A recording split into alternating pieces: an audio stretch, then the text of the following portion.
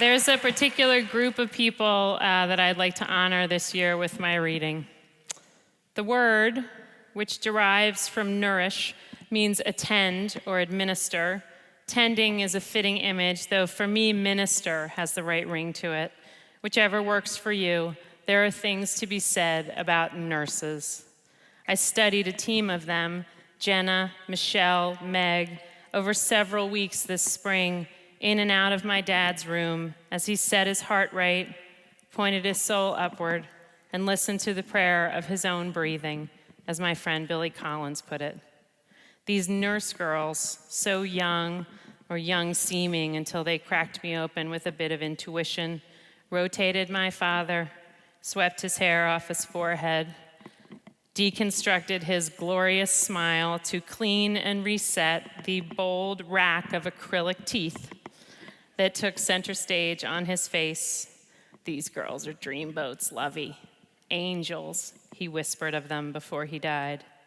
We'd seen Nurse Magic before, he with his radiation gal Joan, who shared his birthday, me with Catherine at UCSF, whose job it was to fill me with a cherry red chemotherapy so toxic you can only ever take one course. And I knew nurses from Children's in Oakland. I'd been there with my daughter, who had meningitis, and again with a friend's son after an all-day operation to separate the plates fused in his skull. Later, solo, I went back with a notebook and a pen. I'd gotten curious about something I thought might best be explained to me by a nurse. I waited for my escort in the lobby, staring at the mural behind the check-in. It's a landscape photograph that obeyed the rule of thirds, a principle of composition I'd learned in a one-night seminar at my local lab.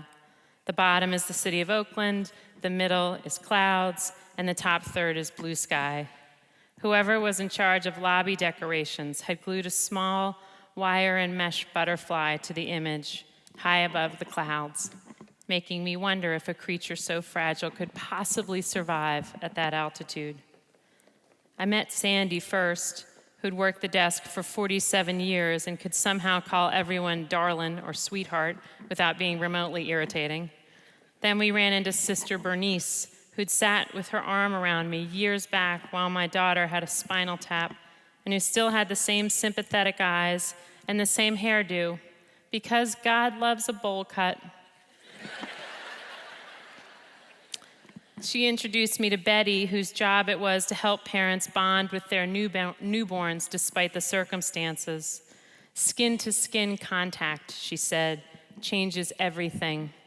Something I'd recently explained in a wholly different context to my 13-year-old daughter.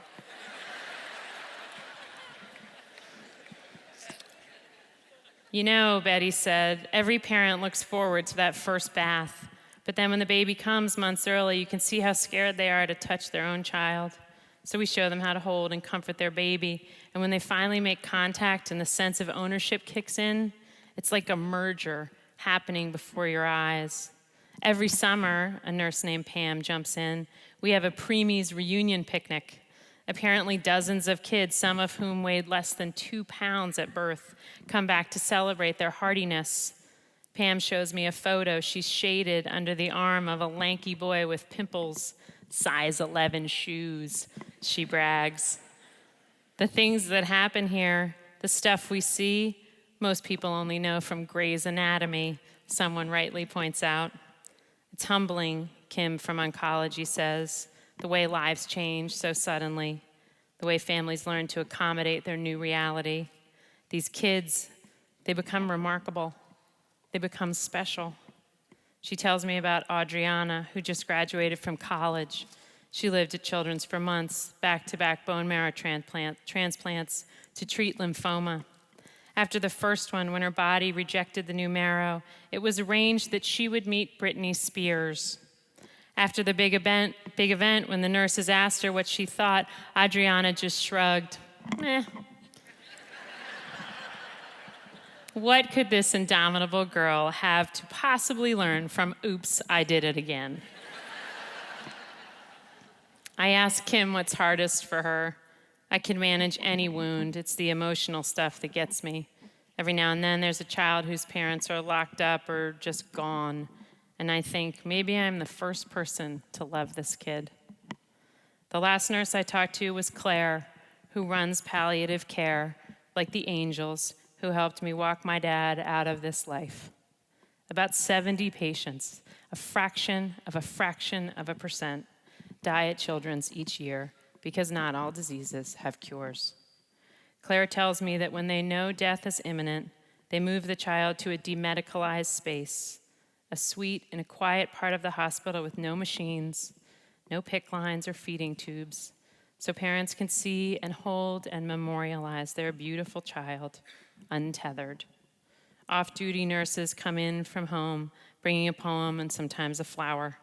Claire said more often than not, there comes a point when the child, worn out from years of treatment, is ready.